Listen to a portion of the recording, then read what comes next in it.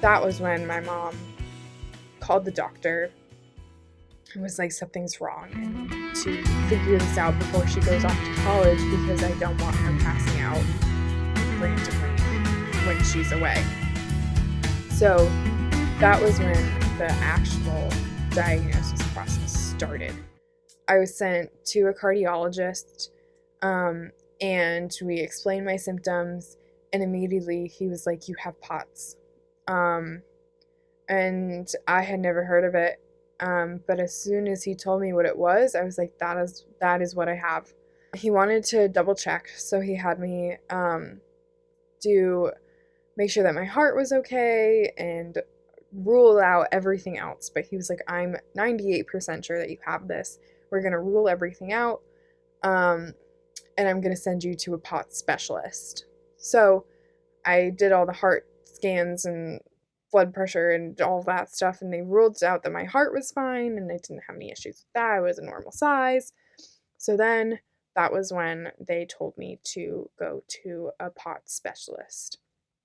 So I went to go to the specialist, and it was pretty clear that I had POTS at that point, but he just wanted to make sure from someone who is an expert in POTS, and that's what she does.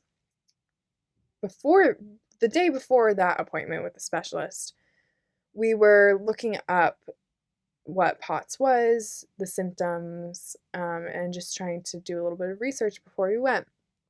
And on WebMD, it had like common diseases like related to POTS, or people with POTS are more likely to have this. And EDS was listed, and I was like, oh, I wonder what that is.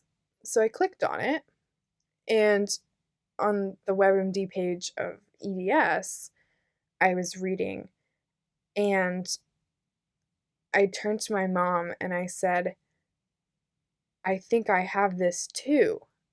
And we were reading it and we were like, oh my God, hypermobile joints, extra injuries, your joints dislocate often, you sprain often.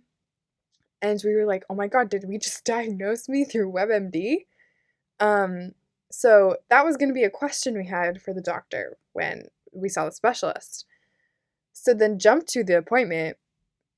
We were expecting her just to like confirm that I had POTS and put me potentially on a medication or something. And as soon as she walked in, she said like all the normal, hello, how are you? And then she was like, she was a little out there. She was like, do you have EDS? And I would not have known what EDS was if I had not been Googling it the night before. And I said, I think I do.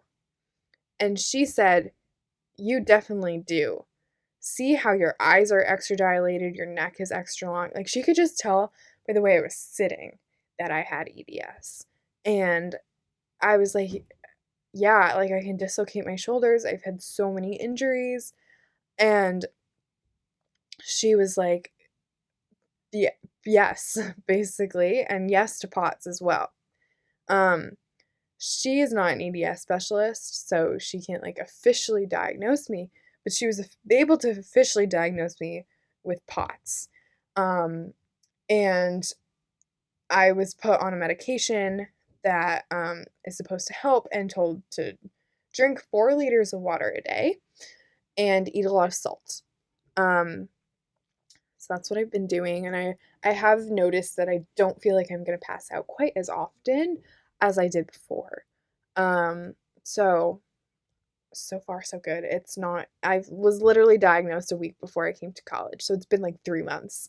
So I'm still trying to figure out all of it, but I think it's, so far, I don't feel like I'm going to pass out quite as often. I used to feel like, especially in this past summer when it was really bad, I felt like I was going to pass out like once a week, at least. So now it's much better, and I feel like I don't feel like I'm going to pass out as often.